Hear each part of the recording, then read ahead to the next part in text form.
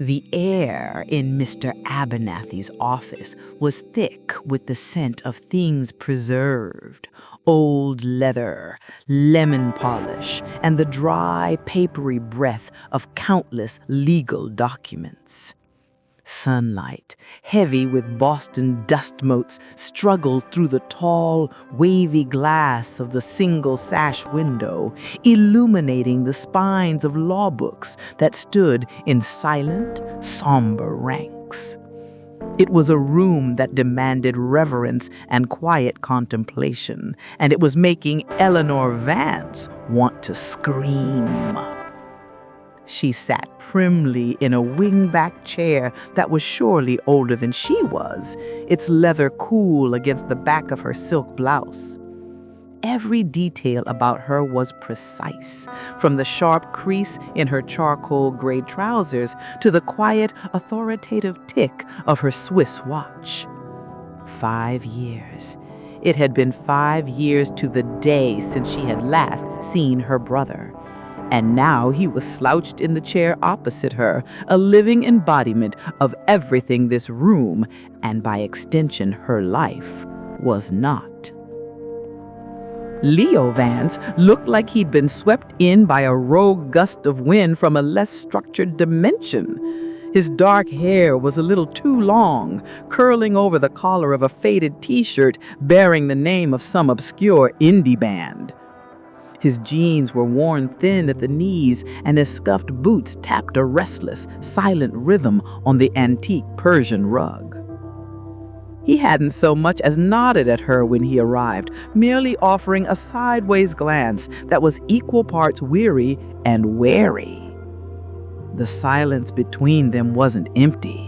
It was a chasm, filled with 5 years of unspoken accusations, resentments, and the gaping absence of their mother.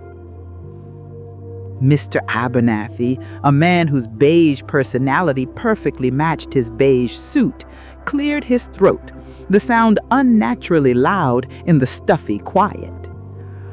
"Thank you both for coming," he began, peering over his spectacles. "As you know, we are here to execute a last will and testament of your mother, Juniper Vance." Eleanor straightened her spine, her expression settling into the cool, professional mask she wore for depositions. This was a transaction, a final, necessary piece of business to close a chapter of her life that had always been more chaotic than she could tolerate. She just wanted it over with. "To my children," Mr. Abernathy read, his voice a dry monotone. "Eleanor and Leo, I leave the entirety of my estate to be divided equally between them." He paused to look at them as if expecting a reaction. The estate, comprising her property in the Berkshires, her investment portfolio, and her private art collection, has been recently appraised. He named a figure that made Ellie's breath catch and caused Leo to stop his silent tapping. It was a substantial sum, far more than either of them had anticipated. For a dizzying moment, Ellie felt a wave of relief. It was over. Clean, simple, transactional. But she had forgotten who her mother was. However, Mr. Abernathy continued, turning a page, "there are stipulations." Of course there were. Ellie's brief relief curdled into familiar exasperation. With Juniper, there were always stipulations. Life was her mother's grand improvisational stage, and it seemed death would be her closing act. The lawyer adjusted his glasses and leaned into the document. "My worldly possessions are yours, my darlings, but only upon the successful completion of a small family errand, a final adventure." He glanced up. "These are your mother's words, of course." "My ashes," he read on, the words taking on Juniper's flamboyant, theatrical tone, "have been placed within the ceramic vessel known to you both as the cosmic cookie jar. You are to take this vessel on a journey across this magnificent, quirky country of ours. Together, you will scatter a small portion of my essence at 8 specific locations, landmarks that always tickled my fancy." Abernathy cleared his throat again, a slight flush creeping up his neck. First, the Maparium in Boston, then the Mutter Museum in Philadelphia. He continued down a list of increasingly bizarre destinations: Edgar Allan Poe's grave, the world's largest ball of twine, Carhenge, Roswell. The final destination was the Salton Sea in California. Ellie felt a hot flush of fury spread across her chest. It was a performance piece, a final manipulative post-mortem puppet show with her and Leo as the unwilling marionettes. She opened her mouth to declare the entire clause unenforceable, a product of an unsound mind, but Mr. Abernathy wasn't finished. He read on, his voice now barely a whisper. The journey, the entire journey, from the first mile to the last, must be made in Leo's camper van, the Wanderer. The room fell silent once more. Ellie slowly turned her head to look at her brother. A low chuckle was rumbling in his chest, a disbelieving, weary, but undeniably amused laugh. "Classic Juniper," Leo murmured as he shook his head and a slow grin spread across his face. "Absolutely not," Ellie snapped, her voice sharp enough to cut glass. She stood, her professional composure shattering into a million pieces. "This is ludicrous. It's theatrics. I will contest this. On what grounds can she compel us to—" "She can't compel you to do anything, Miss Vance," Abernathy interrupted calmly, "but she can make it a condition of inheritance. It's all perfectly legal, ironclad, in fact. Your mother had it drafted by the best." As if on cue, the lawyer's assistant entered, placing a large, lumpy object wrapped in a tie-dyed scarf on the corner of the desk. Mr. Abernathy carefully unwrapped it, revealing a ceramic cookie jar of breathtaking ugliness. It was painted with lopsided sunflowers, swirling purple galaxies, and a poorly rendered ginger cat that had been Juniper's companion for years. It was garish, whimsical, and so profoundly, painfully her. Ellie stared at it, her fury warring with a sudden sharp pang of grief. This was her mother's final, grand, infuriating gesture, a joke from beyond the grave with a multi-million-dollar punchline. "So," Leo said, leaning back in his chair and stretching his legs out, the picture of infuriating calm, "looks like we're going on a road trip, sis." The battle lines were drawn across the polished mahogany of the desk. Ellie, radiating cold, pragmatic fury, saw a logistical nightmare, a professional inconvenience, and the final selfish manipulation of a woman who had never once considered her daughter's need for order. Leo, with a grudging amusement glinting in his eyes, saw one last maddening adventure designed by the chaotic, creative force that had shaped his entire existence. Between them, the cosmic cookie jar sat like a grotesque trophy, holding the ashes of their mother and the fate of their fractured relationship. The Wanderer was less a vehicle and more a rolling monument to entropy. Parked at the curb outside Ellie's meticulously maintained brownstone, the camper van looked like a stray dog that had wandered into a purebred show. Its once white paint was streaked with rust and the ghosts of 1,000 peeling band stickers. A dream catcher, its feathers bedraggled, dangled from the rearview mirror. To Ellie, it didn't just look beat up. It looked defeated. The interior was worse. It smelled of stale coffee, patchouli, and something vaguely fungal. A jumble of clothes, guitar cases, and dog-eared paperbacks occupied every available surface. Ellie stood on the pristine sidewalk, her leather suitcase at her feet, and surveyed the scene with the kind of horror usually reserved for natural disasters. She had come prepared for battle. Tucked under one arm was a binder, its contents a testament to her professional prowess. Inside, a laminated, color-coded itinerary detailed their route with pre-booked refundable hotel rooms for every night. Spreadsheets calculated mileage, estimated gas consumption, and listed designated rest stops with high Yelp ratings. Beside her suitcase was a cooler packed with sensible snacks, protein bars, apple slices, and bottled water. She was approaching this ordeal the only way she knew how, as a problem to be managed into submission. Leo emerged from the van, wiping grease from his hands with an already filthy rag. He gestured vaguely at the passenger seat, which was mostly clear. Ready to rock? Ellie's eye twitched. Leo, we need to discuss the logistics of this endeavor. I've outlined a route that is both efficient and practical. She held up the binder. Leo squinted at it as if it were written in a foreign language. An itinerary? Ellie, the whole point of a road trip is the not knowing, the spontaneity. He held up his own navigational tools, a crumpled, coffee-stained road atlas, and a half-eaten bag of teriyaki jerky. We point the van west and see where the road takes us. The road will take us to a ditch if you haven't had this relic properly serviced, she retorted, her voice tight. When was the last time you had the oil changed? The oil's fine. The vibes are good. That's what matters. Vibes don't prevent engine failure in the middle of Nebraska.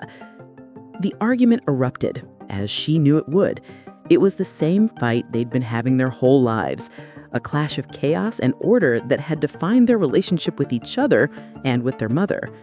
For 15 minutes, they stood on the Boston sidewalk, their voices rising, debating planning versus freedom, preparedness versus faith, until a neighbor peered curiously from a window, forcing them into a strained silence.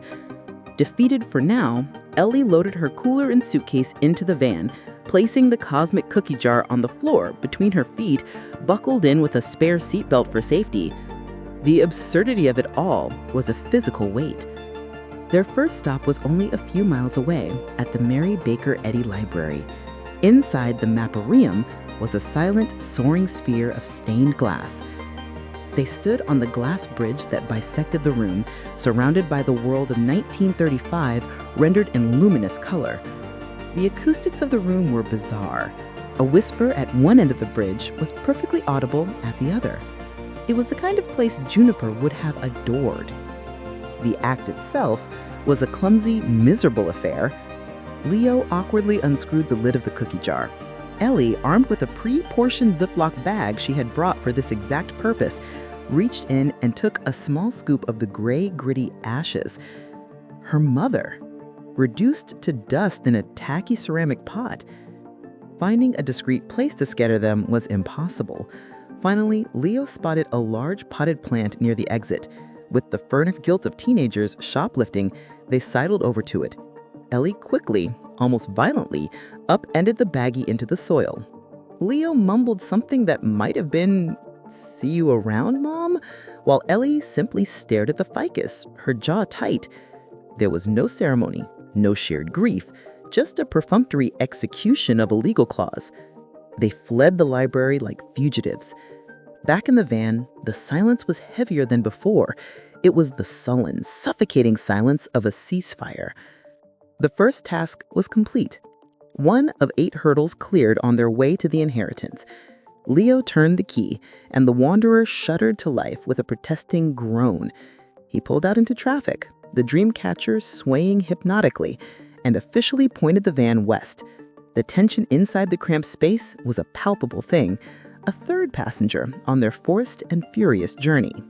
The drive to Philadelphia was a 5-hour lesson in armed neutrality. Leo controlled the radio, a chaotic mix of folk punk and mournful blues. Ellie controlled the navigation, reading directions from her phone in a clipped, efficient tone. They didn't speak otherwise. When they pulled up to the Mutter Museum, a grand collegiate Gothic building dedicated to medical history, the sheer strangeness of their next task felt like a temporary reprieve. Inside, the museum was a cathedral of the bizarre. Glass cabinets held rows of skulls, each catalogued with the cause of death. Skeletons were posed in cases, illustrating forgotten diseases. Pathological specimens floated serenely in jars of formaldehyde. It was grotesque, fascinating, and, blessedly, a subject neither of them had any personal stake in. It was neutral territory. For a while, they explored separately, drifting through the quiet halls in their own orbits. Ellie found herself drawn to the meticulous displays of antique surgical instruments. Her orderly mind appreciated the precision required for such brutal work. Leo lingered by the Hytral skull collection, reading the tiny handwritten labels detailing the lives and deaths of the individuals on display.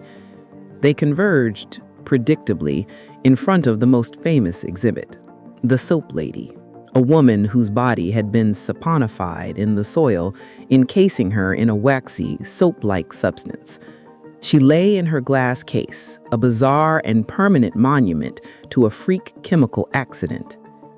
"You know," Leo said, his voice low, "Mom would have loved this. She'd probably be trying to figure out how to replicate it in the backyard with a tub of lard and a shovel." Ellie expected to feel a surge of annoyance at the mention of their mother's chaotic projects. Instead, a small, surprising laugh escaped her lips. She'd have called it interpretive decomposition and tried to enter it into an art fair. Leo grinned, a real grin that reached his eyes, and she would have won a ribbon for it, too. It was the first time they'd shared a moment of genuine, unforced humor in years. The animosity between them seemed to recede, intimidated by the sheer, overwhelming weirdness of their surroundings. They wandered together after that, pointing out particularly gruesome specimens and sharing dark jokes. In front of a display of objects swallowed and successfully removed by a doctor, they fell into a comfortable silence, both marveling at a set of dentures and a crucifix that had made a journey through someone's digestive tract. Depositing the ashes here was less conspicuous. They found a dusty, overlooked display of 19th century anatomical models. While a security guard was distracted at the other end of the hall, Leo kept watch as Ellie deftly sprinkled the contents of her Ziploc baggie behind a large wax model of a diseased liver. "She always did have a flair for the dramatic," Leo whispered as they walked away, and Ellie found herself agreeing with a small nod. The fragile truce held as they left the museum. The air outside felt fresh and clean, and the shared experience had, for the moment, cleared the oppressive atmosphere between them. "I'm starving," Leo announced, "and I'm not eating one of your sad little apple slices. Let's find a real diner." He found one a few blocks away, a classic silver and red joint with cracked vinyl booths and a jukebox in the corner. The smell of frying onions and coffee was comforting. As they slid into a booth, the vinyl sighing under them, Ellie felt a sliver of something she realized she'd missed, a simple, uncomplicated moment with her brother. "Remember that place Mom used to take us to after the science museum? The one with the giant plastic spaceman out front?" Leo asked, after they'd ordered, stirring his coffee. Ellie's brief sense of ease evaporated. The wall she kept around her memories of Juniper slammed back into place, cold and impenetrable. "I remember," she said, her voice flat. "We loved that place," Leo mused, oblivious to his shift in tone. "She let us order anything we wanted, piled on the whipped cream. But she didn't always show up, though," Ellie said. The words were quiet, but they landed on the table with the force of a punch. Leo looked up, his smile faltering. "What are you talking about?" "The state spelling bee. 7th grade. I made it to the final round. The whole school was watching. She promised she'd be there. She was going to take me to the Spaceman diner afterwards to celebrate, win or lose. She was so excited about it all week. She took a slow, steadying breath. I won. I spelled chrysanthemum, right? And I won. And I waited on the school steps for 2 hours.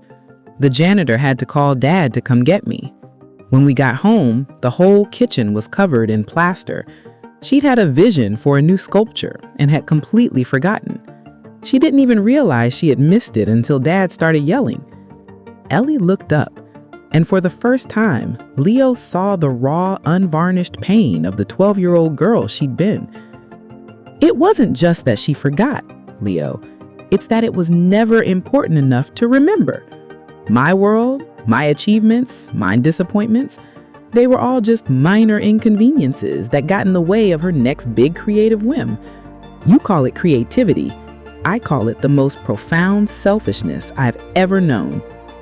The waitress arrived with their food, placing plates of burgers and fries between them. The fragile bridge of morbid humor they'd built at the museum had crumbled to dust, washed away by a memory that for one of them had never healed.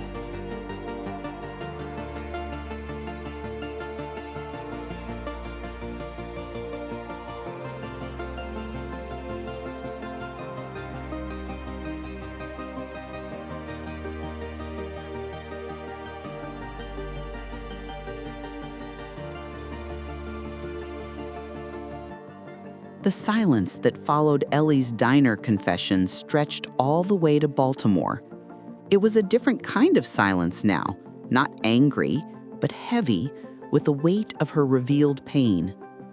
Leo drove, his usual restless energy subdued, occasionally glancing at his sister, who stared out the passenger window, her rigid posture a fortress against any further intrusion. He didn't know what to say. For him, their mother's unreliability had been a fact of life, like weather. For Ellie, it was clearly a landscape of deep and personal wounds. They found the Westminster Hall and burying ground late in the afternoon. Old trees cast long, skeletal shadows over the tilting headstones. It was quiet, save for the distant city hum and the cawing of a lone crow in a nearby oak. The air was cool and damp, smelling of earth and history. The atmosphere was undeniably somber, a fitting stage for their next task. Edgar Allan Poe's grave was marked by a simple, elegant monument. A few faded flowers and a half-empty bottle of cognac, a tribute from a fellow admirer of the macabre, lay at its base. They stood before it for a long moment, the cookie jar clutched in Leo's hands. This time, the ritual felt less like a clandestine operation and more like a solemn duty. Ellie watched as Leo unscrewed the lid and carefully tipped a small measure of ash into the palm of his hand. He knelt, letting the ashes drift into the ivy growing at the base of the stone. "You know," he said, his voice quiet and rough, not looking at her, "as crazy as she was, and as much as she drove me nuts, I really miss her." He finally turned, his gaze distant. "I miss the chaos. The house always smelled like turpentine or clay or some weird spice she'd ordered for a Moroccan feast she'd forget to cook. It was loud. The world feels too quiet now." He was offering a piece of his own grief, a vulnerability she hadn't seen in him before. Ellie's instinct was to retreat, to armor herself against the emotion. His chaos was her trauma, but she saw the genuine loss in his eyes, the simple sadness of a son who missed his mother, and for the first time, she didn't counter with her own pain. She just listened, her arms crossed tightly over her chest, a silent, guarded witness. Back in the van, the mood remained subdued. As Ellie prepared to enter their next destination into her phone, Leo fumbled in the overstuffed glove compartment. "Looking for the good map," he mumbled, pulling out a tangle of receipts, old cassette tapes, and fast food napkins. Finally, He extracted a vintage Esso Road Atlas from the 1960s, its cover adorned with a smiling, stylized family in a convertible. It was exactly the kind of kitschy artifact Juniper would have collected. As he opened it, a single folded sheet of stationery, yellowed with age, slipped out from between the pages for Pennsylvania and Ohio and fluttered onto Ellie's lap. Her name was written on the front in their mother's familiar looping script, Eleanor. Her heart gave a hard, painful thud. With trembling fingers, she unfolded it. The letter was short, the ink slightly faded. My dearest Ellie, if you're reading this, then you're on the path. Good. I know you think this is a game, another one of my performances. Perhaps it is. But the roads we take are rarely the ones we see on the map. Sometimes the detours are the whole point. I have regrets, my love, more than you can imagine. Regrets that have their own maps, their own hidden paths. I carried a secret with me for a very long time, a weight that shaped the landscape of my life and yours. Maybe I was a coward for not telling you sooner. Find the next stop. Keep going. The truth is further west. All my love, Juniper. Ellie read it once, then twice, the words swimming before her eyes. Regrets? A secret?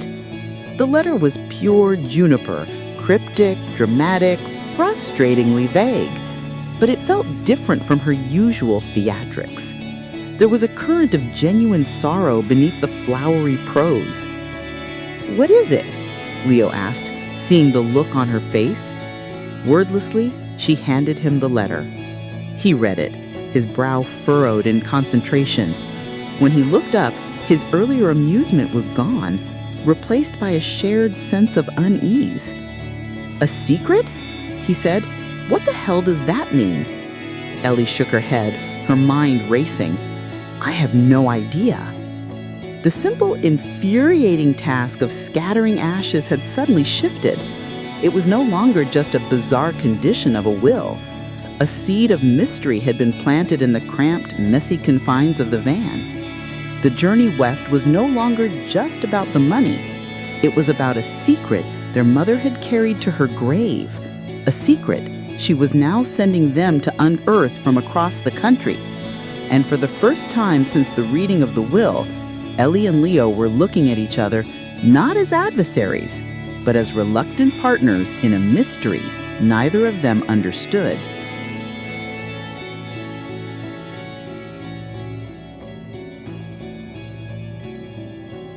West of the Appalachians, the world flattened out. The landscape transformed into a hypnotic, unspooling ribbon of highway, bordered on both sides by an endless sea of cornfields shimmering under a vast, pale sky. The unease from Juniper's letter hung in the air for the first 100 miles, a silent question mark. But with no answers to be found, the mystery slowly dissolved into the greater, more immediate force of sheer, soul-crushing boredom. Forced proximity in the cramped cab of The Wanderer began to work its strange magic. The high-stakes tension of their grief and resentment couldn't sustain itself against the relentless monotony of the interstate. It began, as it often did, with the radio. "Do you have to listen to this?" Ellie asked, pinching the bridge of her nose as a particularly twangy folk singer lamented a lost dog and a broken-down pickup. "It sounds like a dying cat." "It's called authentic Americana, Ellie. It's the sound of the heartland," Leo retorted, turning it up a notch.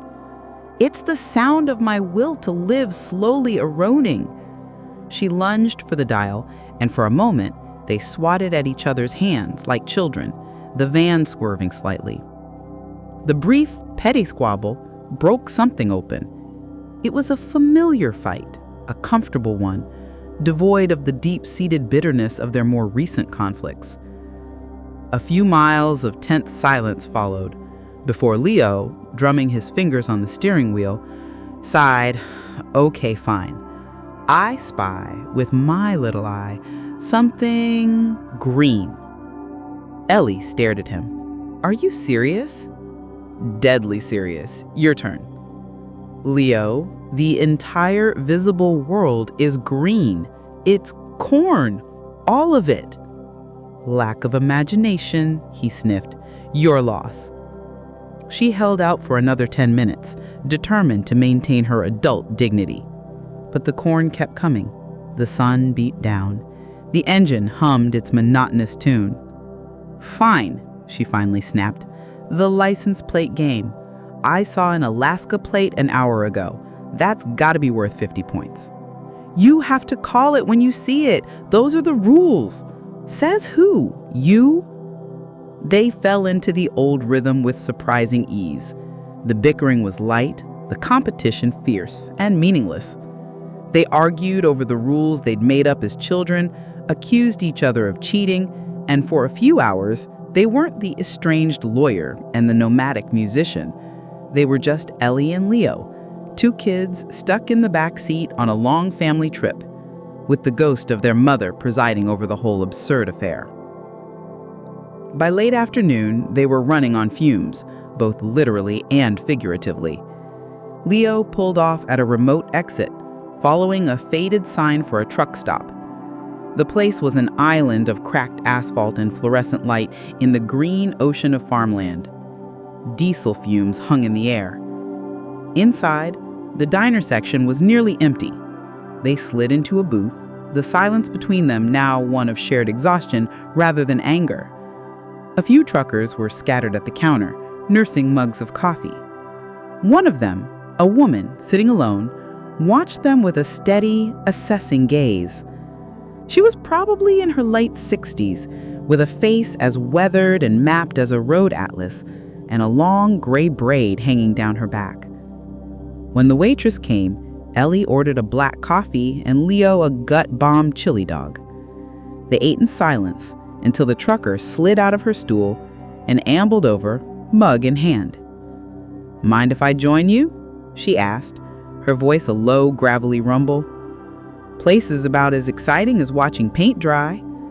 Before they could answer, she settled onto the bench next to Leo. Name's Sadie. Ellie. This is Leo, Ellie said, her guard immediately up. Sadie took a long sip of her coffee. Saw you two pull in. That's a classic rig you got there. Seeing a lot of miles, I'd bet. She looked from Leo to Ellie, her eyes crinkling at the corners. You two fight like family. We're siblings, Leo offered. Figured, Sadie grunted. On a mission or just running from something? A mission, I guess. Leo glanced at the cookie jar, which he had carried in and placed on the seat. Sadie nodded at the garish pot. That's some mighty colorful baggage you're hauling. She took another drink, her gaze thoughtful. Been driving this country for 40 years. Seen it all. You learn a thing or two. Main thing is, everybody's carrying something. Most folks, their baggage is invisible. Old hurts, regrets, secrets. Stuff they packed away years ago and forgot was even there, even though it's weighing them down every single mile. She looked pointedly at them, her gaze lingering for a moment on Ellie's rigid posture, and then on Leo's weary slouch. The trick isn't pretending it's not there.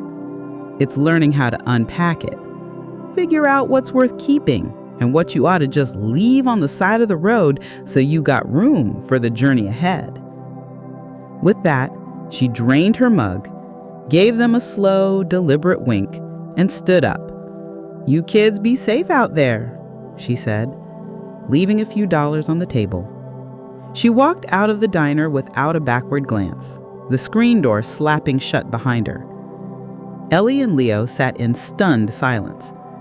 The unsolicited advice hung in the air, more potent than the smell of stale coffee. They paid their bill and walked back to the van, the setting sun turning the sky a brilliant, bruised purple. As they pulled back onto the endless highway, the word secrets echoed in Ellie's mind, tangling with the memory of her mother's letter. They were hauling baggage, all right, and it was becoming increasingly clear that the garish cookie jar was the least of it. After 2 solid days of driving through a landscape so flat and unvarying it felt like a computer simulation, Cawker City, Kansas appeared like a strange mirage. The town itself was little more than a quiet main street, but its claim to fame loomed under a purpose-built gazebo, the world's largest ball of twine. It was, in a word, absurd. It was bigger than the van, a massive, hairy, beige sphere of tightly wound sisal twine, a testament to decades of communal, obsessive-compulsive dedication. It wasn't beautiful. It wasn't majestic. It was just a giant, ridiculous ball of string. Leo killed the engine, and they both just stared at it. The silence stretched, and then a small, choked sound escaped from Ellie. It sounded suspiciously like a snort. Leo turned to look at her, a slow grin spreading across his face. Ellie pressed her lips together, fighting it, but her shoulders started to shake. Then she let out a peal of laughter. It was a real, uninhibited belly laugh, the kind Leo hadn't heard from her since they were teenagers. His own laughter joined hers, and for a full minute, they sat in the van, parked in front of a giant ball of twine in the middle of Kansas, and howled. The sheer, monumental, pointless absurdity of the landmark and of their entire insane journey had finally broken through their respective armors. She would have loved this, Ellie gasped, wiping tears from her eyes. Loved it? Leo laughed. She would have tried to add to it. She'd probably have a trunk full of twine she'd been saving for just this occasion. The image was so vivid, so perfectly Juniper, that it sent them into another wave of laughter. When it finally subsided, a kind of peaceful calm settled in the van. It was the calm of a shared, ridiculous joke. The scattering of the ashes was the easiest yet.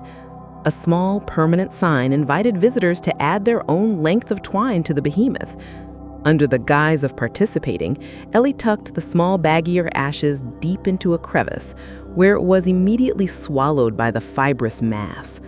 Juniper was now, officially, part of the absurdity. Okay, Leo said, pulling out his phone. Proof of life. Or, death. Whatever. We need a photo. He propped his phone on the van's dashboard and set the timer. Reluctantly, Ellie got out and stood next to him in front of the twine ball. It felt like a parody of a family vacation photo. Smile like you don't want to murder me, Leo muttered, as he put an arm around her shoulder. The thought hadn't crossed my mind in at least an hour, she retorted. But she allowed a small, genuine smile to touch her lips as the phone's camera flashed. They stood there for a moment after the picture was taken. The late afternoon sun was warm. Ellie said, her voice softer than usual, when I think of Mom, I remember the messes, the forgotten appointments, the time she decided to repaint the living room and got more paint on the furniture than the walls. I remember that, Leo said, a nostalgic glint in his eye. I thought it was cool. Of course you did, Ellie said, but there was no bite in it. You saw creativity. I saw chaos. I saw the electric bill sitting on the counter, unopened, while she was spending money we didn't have on 1,000 tiny glass beads for a mosaic she never finished. But she did finish some of them. Remember the dragon she built in the backyard out of old tires and hubcaps? That thing was amazing. All the neighborhood kids came to see it. And Dad had to pay a fine because it violated 3 separate city ordinances, Ellie countered. But the memory brought another small smile. It was pretty amazing.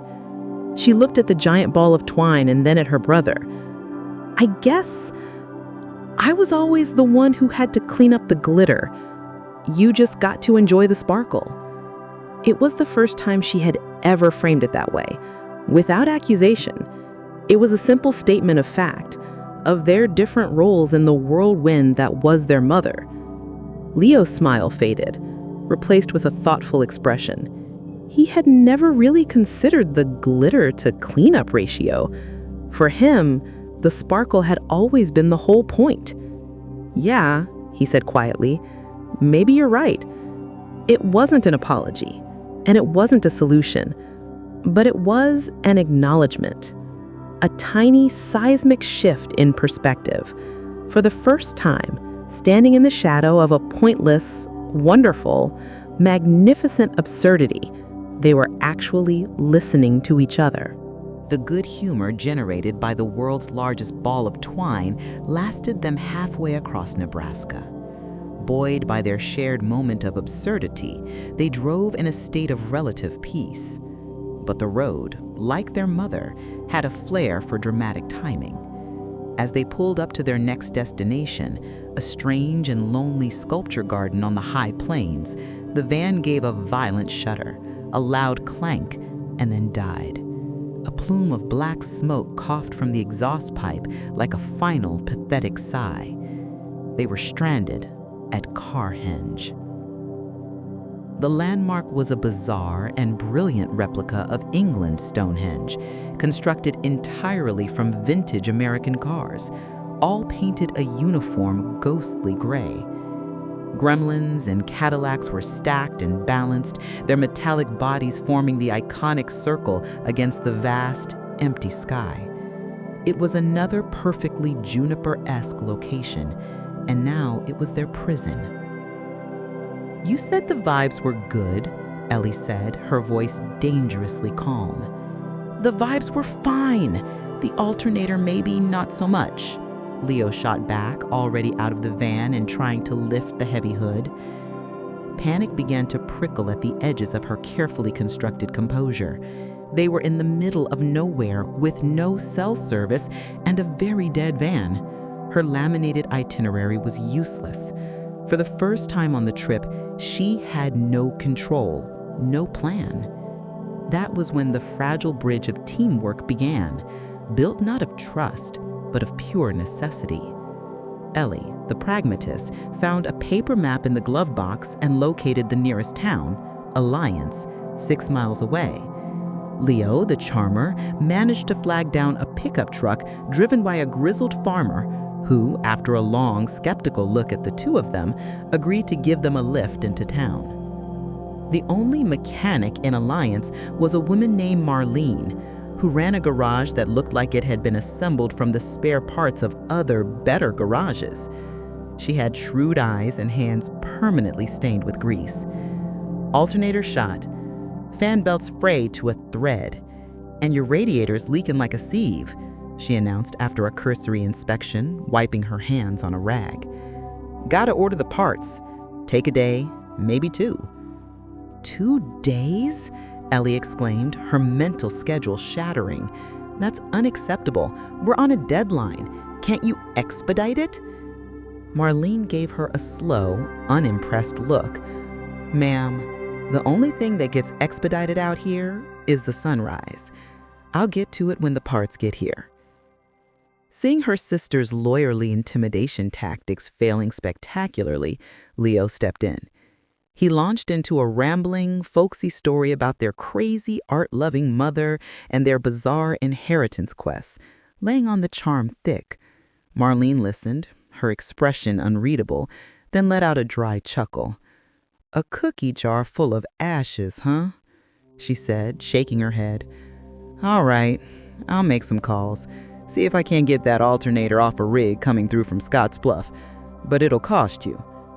It was a small victory, a product of their combined opposing forces, Ellie's urgency and Leo's affability. They found the only motel in town, the Prairie View, a single-story strip of rooms with a flickering neon sign and questionable brown carpeting. Ellie surveyed their room, 2 lumpy double beds, a single barred window, and a television bolted to the dresser, with an expression of profound dismay. Stuck, with nothing to do but wait, a tense boredom settled over them. Leo lay on his bed, strumming a mournful tune on his acoustic guitar. Ellie paced the small room like a caged animal, her phone useless, her plans in ashes. Desperate for a distraction, she began rummaging through the pile of books Leo kept stashed in a milk crate in the van, which they'd hauled into the room. It was the usual collection: dog-eared Kerouac, Bukowski, and a collection of poetry by a writer she'd never heard of.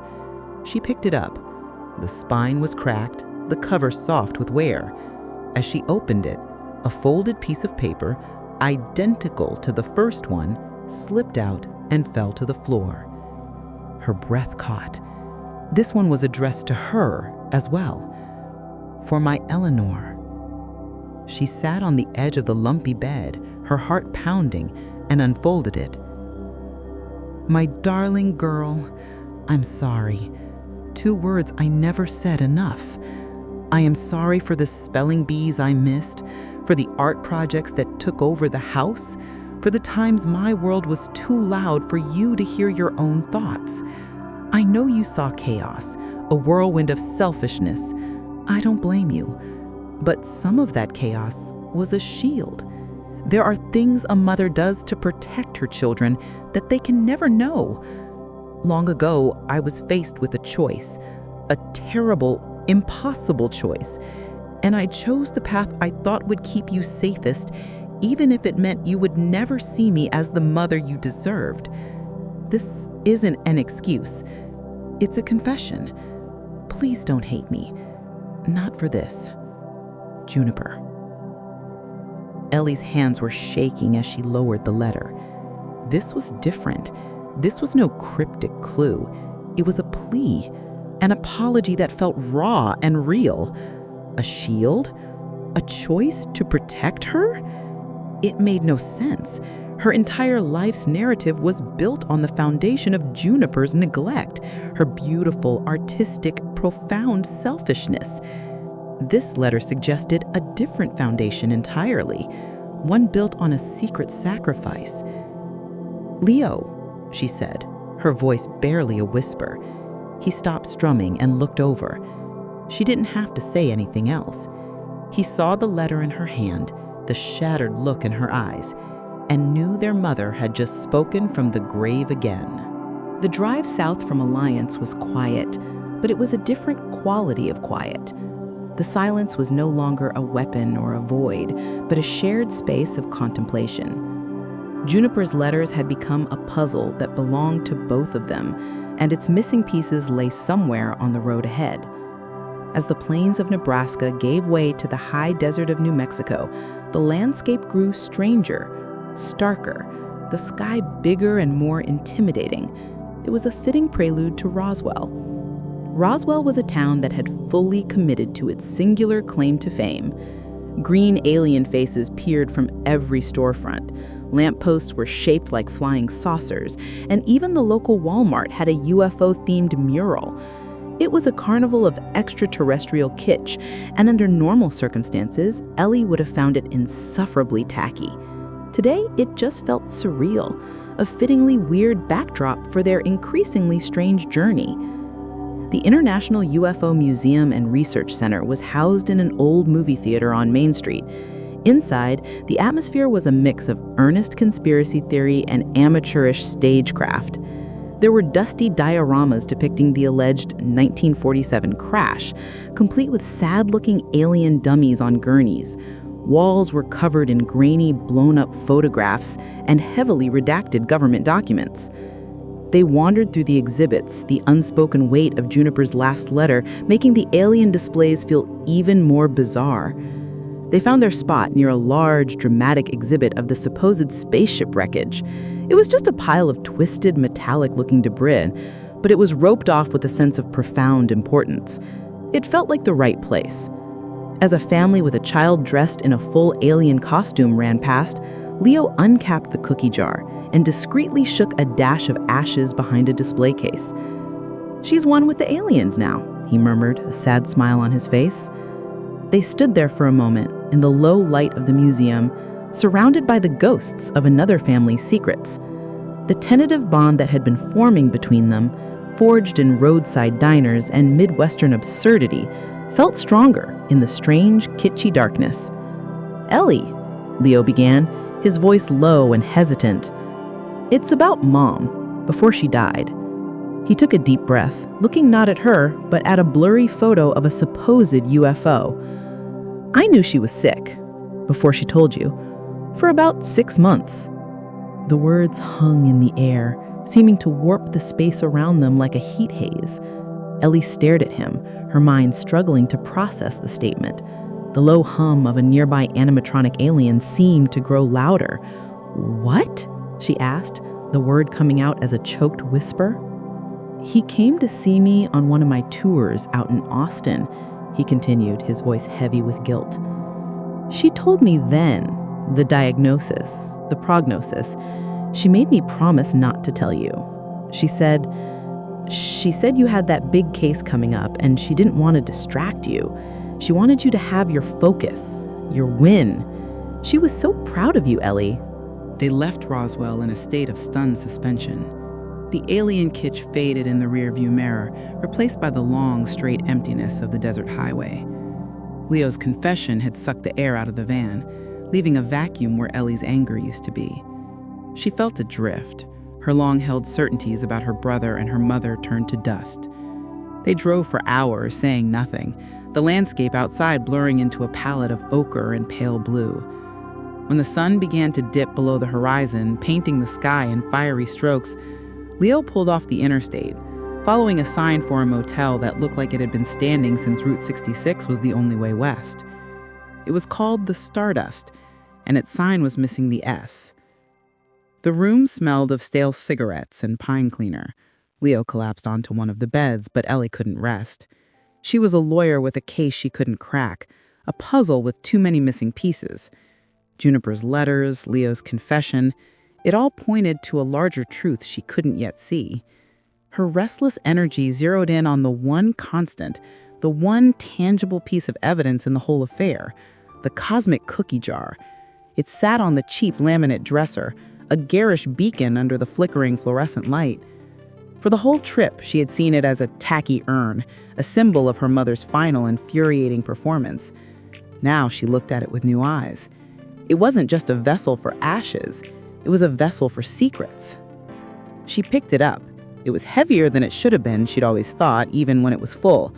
She ran her fingers over the lumpy hand-painted sunflowers, the clumsy swirls of the galaxies.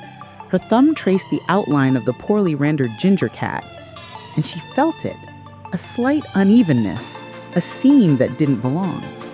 "Leo," she said, her voice tight with sudden intensity, "give me your pocket knife." He sat up, watching as she carefully inserted the blade into the tiny crack at the base of the jar. With a soft click, the bottom of the jar came loose. It wasn't a solid piece of ceramic. It was a cleverly designed cap. A false bottom. Her heart hammered against her ribs. Inside the hollowed-out base, nestled in a bed of yellowed cotton, was a thick bundle of letters tied with a faded velvet ribbon, and a single folded document. A birth certificate. With trembling hands, she lifted the documents out. Leo moved to her side, and together, under the dim motel light, they began to read the topmost letter. The script was their mother's, but it was the writing of a much younger woman, tighter, more controlled. "To whom it may concern," the letter began. Or perhaps to the son I never knew. Ellie's breath hitched. She looked at Leo, whose face had gone pale.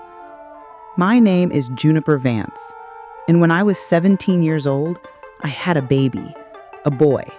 His name was Daniel.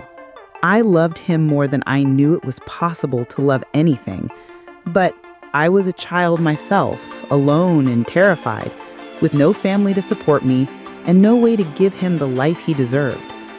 The hardest thing I have ever done was signing the papers to give him up for adoption. It was a choice that broke my world in two, the life I lived and the life I could have had with him." The words hit Ellie with the force of a physical blow. A third child, a son, a brother. She looked at the birth certificate. It was dated a full 6 years before she was born. Name, Daniel James Collins. Mother, Juniper Ann Collins. Father, unknown.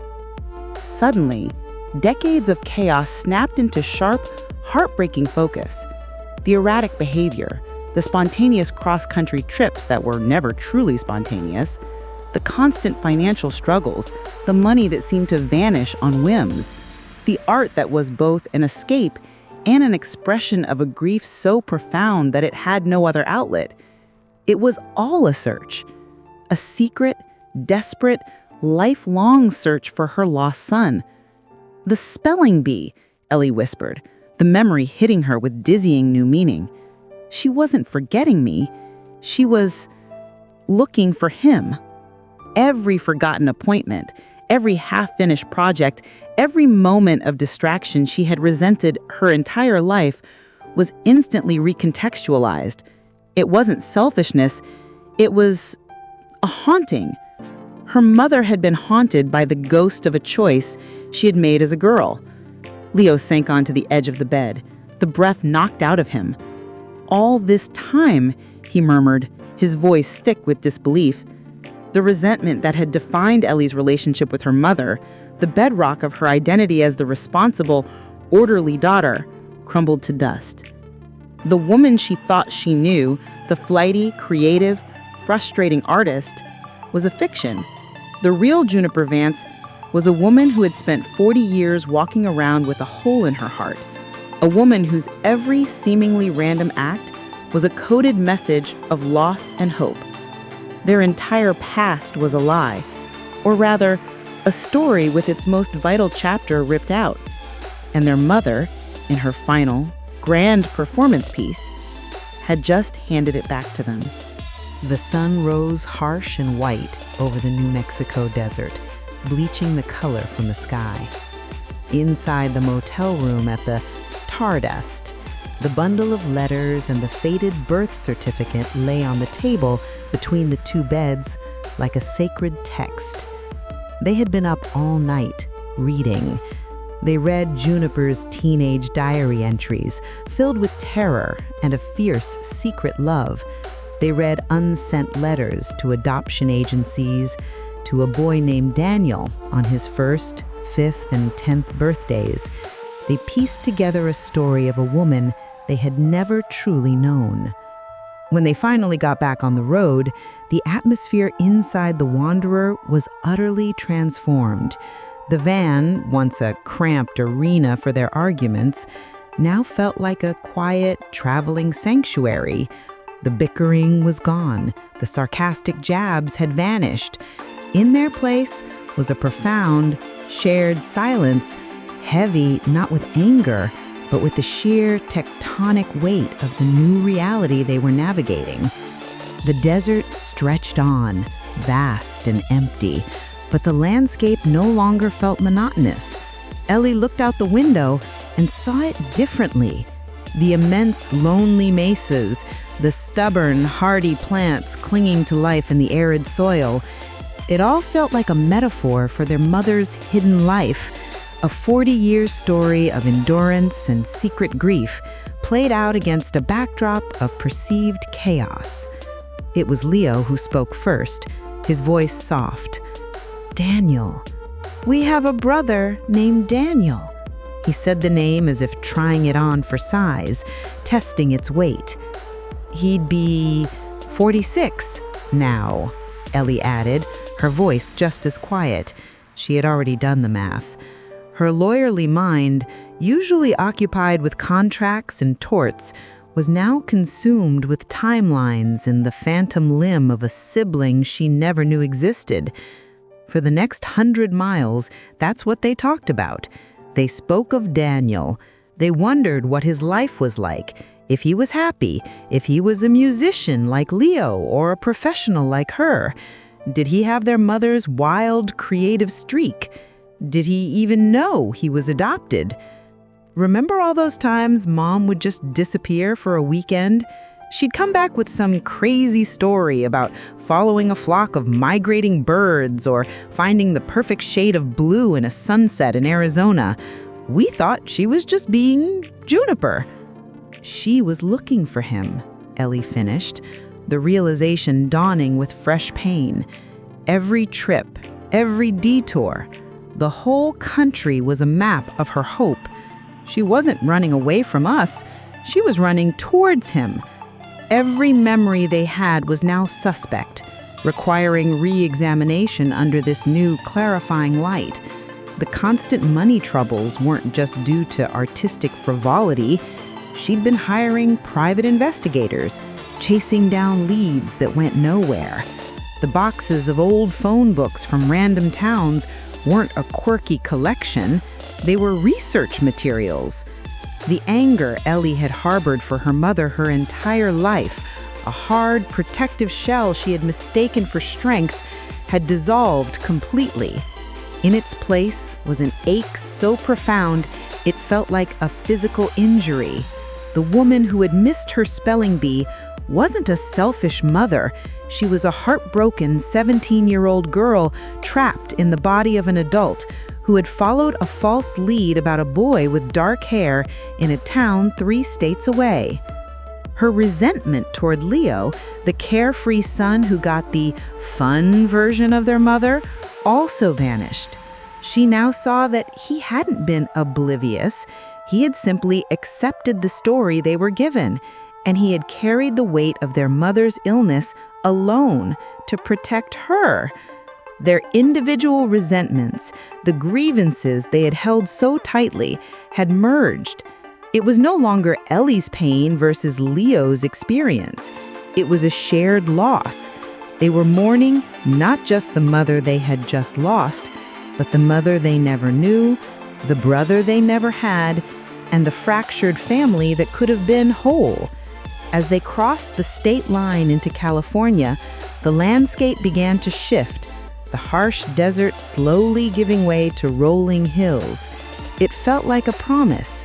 Their journey wasn't about ending something anymore. It was about understanding it. They smelled it before they saw it. A faint, sharp scent on the desert wind, like salt and something ancient and decaying. As they crested the final hill, the Salton Sea spread out before them, a vast, impossible sheet of turquoise shimmering under the relentless sun. It was breathtakingly beautiful and deeply, profoundly wrong. This was their final stop. Juniper had called it her favorite, beautiful disaster. Now, standing on its shore, Ellie understood why. The beach wasn't sand. It was a bone-white crust of salt and the crushed vertebrae of millions of long-dead fish. Abandoned, sun-bleached structures of a long-gone resort town dotted the shoreline like skeletal remains. The water, a stunning blue from a distance, was murky and unnaturally still up close. It was a place of spectacular failure, a man-made wonder that had curdled into a magnificent ruin.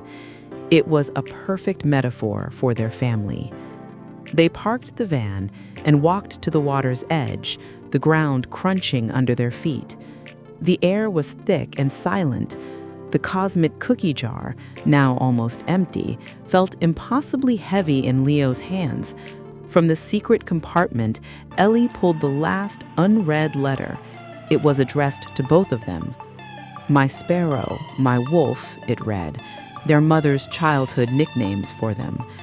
They sat on the petrified, bony shore, and Ellie began to read aloud, her voice steady against the immense silence.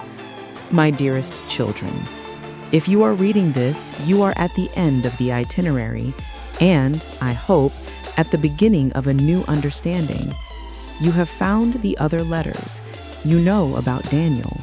You know about the secret I carried like a stone in my heart for 46 years. I don't offer my story as an excuse. The choice I made as a 17-year-old girl in a world that had no place for us broke me, but I never stopped loving him. And in my brokenness, I failed you both in so many ways. Ellie, my practical, brilliant girl, I know my chaos hurt you. I saw the wall you built around yourself, and I never knew how to climb it. I hope now you see that the whirlwind was my search, my frantic, desperate attempt to find a missing piece of my soul. I was a terrible mother to you sometimes because I was so consumed with being a mother to him. And Leo, my free-spirited boy, my wolf. You embraced my chaos because you have the same artist's heart, but I burdened you with a freedom that was really my own restlessness. I'm sorry for that. And I'm sorry for asking you to carry the secret of my illness. It was a selfish thing to do, but I couldn't bear the thought of my practical daughter trying to manage my death. I wanted you to win your case. I wanted to give you that. This trip, this ridiculous, infuriating journey, it was never about the landmarks or the ashes. I knew you wouldn't speak to each other if I just asked. I knew your anger was a fortress. So I gave you a task, a puzzle to solve. I hoped that by forcing you together, by making you look at the strange, beautiful, broken pieces of this country, you might see the strange, beautiful, broken pieces of our family, and that you might see each other. My biggest regret is not that I lost Daniel, but that I let that loss make me lose the two of you. Family is all that matters in the end. It's the only thing. The money, the art, it's all just stuff. Find each other. That's my final wish. Tears were streaming down Ellie's face, silent and hot. Leo was staring out at the shimmering, toxic water, his jaw clenched. When Ellie finished reading, a single tear traced a path through the grime on his cheek. He didn't wipe it away. For a long time, they just sat there, the letter resting between them, the weight of their mother's final confession settling over them. The sun began to sink, casting the Dead Sea in shades of gold and rose. "So, what now?" Leo asked, his voice rough. Ellie looked from the letter to her brother's face and then out at the horizon. Her grief was still there, a profound, aching void, but for the first time it was joined by something else, something sharp and clear and full of purpose. "Now," she said, her voice filled with a conviction that surprised them both, "we find him." Leo turned to look at her, a slow, sad, hopeful smile touching his lips. "Yeah?" "Yeah," she confirmed. "The itinerary is over, but the journey isn't." Looking out over the shimmering, dying sea, they made a silent pact. Their mother had given them their past back. Now, together, they were going to find their future. The setting sun bled across the sky, turning the surface of the Salton Sea into a pool of molten copper. The pact hung in the air between them, a fragile and powerful new thing. This final scattering of ashes was no longer the last item on a checklist. It was the first act of their new mission. It was a real goodbye. Leo stood and picked up the cosmic cookie jar. He unscrewed the lid and held it out to Ellie. All the previous times, they had taken a small, prescribed pinch, a legalistic fulfillment of a bizarre clause. This time was different. "Together," Ellie said, her voice soft but firm. She placed her hand next to his on the garish ceramic. They walked to the edge of the still, oily water. The shore of bone-white fish vertebrae crunched under their shoes, a sound like walking on discarded memories. They stood there for a long moment, the two of them, a silhouette against the dying light. "We get it now, Mom," Leo said, his voice quiet, speaking to the air, to the water, to the woman whose essence was in their hands. "We understand." Ellie took a deep, shuddering breath, letting go of a lifetime of carefully curated resentment. "We forgive you," she whispered, the words feeling both impossible and liberating. "For everything, we forgive you." Together, they tipped the jar. The last of Juniper's ashes, a fine gray dust, drifted out on the warm desert air. They didn't fall so much as hang for a moment, a fleeting, ghostly cloud above the water, before slowly settling onto the shimmering, toxic surface. They dissolved instantly, becoming one with the beautiful disaster. They stood watching long after the last speck was gone, as if they could see her spirit mingling with the strange, ruined landscape. They weren't just mourning the frustrating, chaotic artist who had raised them anymore.